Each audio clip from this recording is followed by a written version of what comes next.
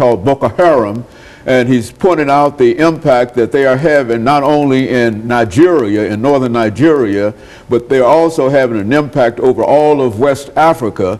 And Dr. LMadu, let's pick up where we left off, because I think what we were trying to get to is what impact has this and what implications has this activity for the United States government? Should we be concerned about this one way or the other? Yep, a lot, because the question is, who is sponsoring them? Somebody's paying the bills, definitely, you know. And from what we are hearing, a lot of the wealthy Nigerians who are of northern extraction, who are House of Fulani or so, are sponsoring them indirectly, even the politicians.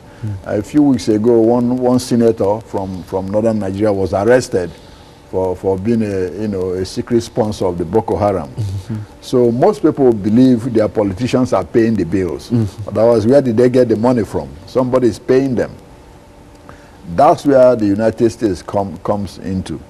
Now, on November 30th, Congressman Patrick Meehan, who is the chair of the subcommittee, in Congress, wrote up a memorandum to Ms. Clinton, the Secretary of State, asking that Boko Haram be declared a foreign terrorist organization, FTO.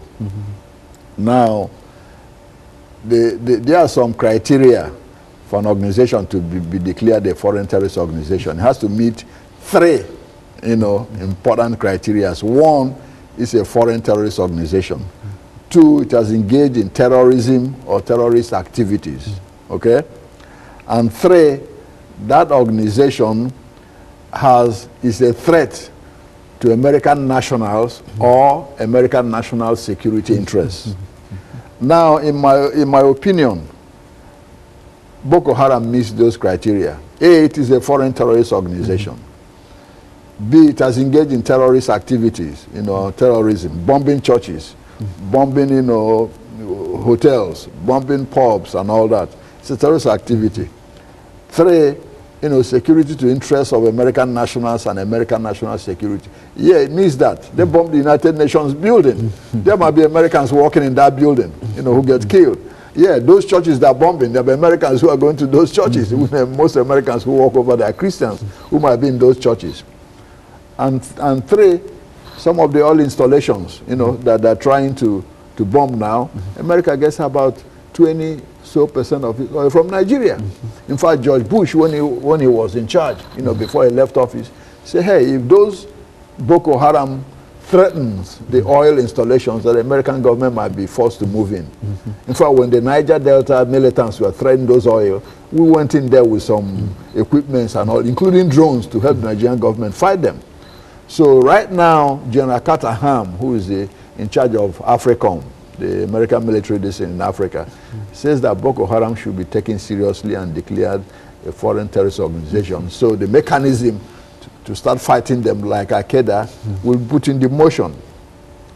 Because it might be insignificant now, but if they have relations with Al-Shabaab in Somalia, with Qaeda in the Arabian Peninsula, and Al-Qaeda in the Maghreb, then, they can foster terrorism against American national security interests. And these are already organizations that have that anti-American to begin with. Exactly. And now these groups are coming together. That's correct. Under the auspices of Boko Haram, you're saying. Absolutely. And when they say Western, really it's American they're talking about. Okay. So we understand where they are coming from. So that's the big problem. How to deal with them now that they are in their embryonic stage before they really metamorphose into some bigger and attack the United States directly. And that's what Congressman Meehan is saying, that Ms. Clinton should now declare these people a foreign terrorist organization, so the mechanism to fight them can be put in motion. In other words, any nation that's designated such, we already have 1, 2, 3, 4, 5. These are the things that we're going to do in reference to it, and we're trying to get Boko Haram as part of that. Now, what will happen if we're unable to convince the most important people that Boko Haram ought to be such declared? Well,